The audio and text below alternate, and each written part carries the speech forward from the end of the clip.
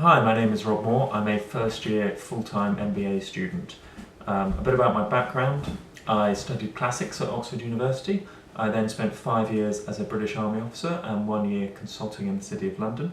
And then I came to HAS to develop my knowledge of business and my breadth of knowledge, and also develop skills which I'm going to need in my future career.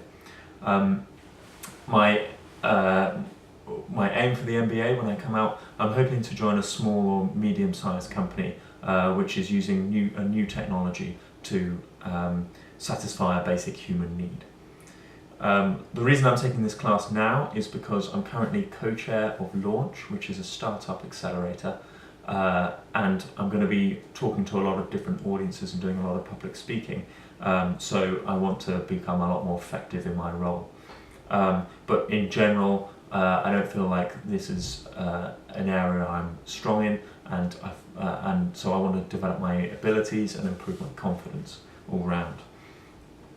Moving to the two trailers that we watched, maybe the first point to note is the reason for a trailer is to draw audiences in and to encourage them to actually watch the film.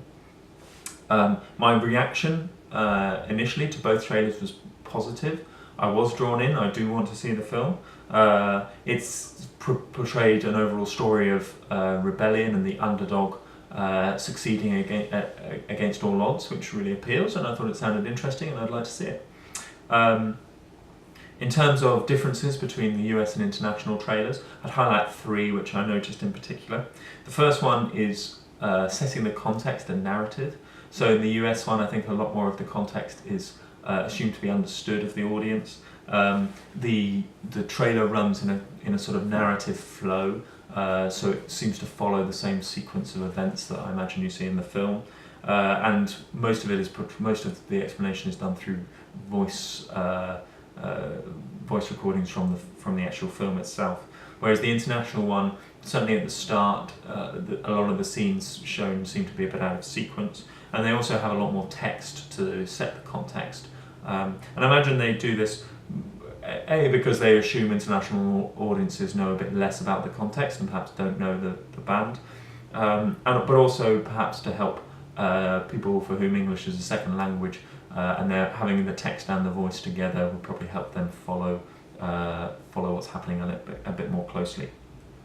And then the second point I'd raise is that the international trailer is a lot more explicit, both in the language it uses and the imagery, both violence and nudity.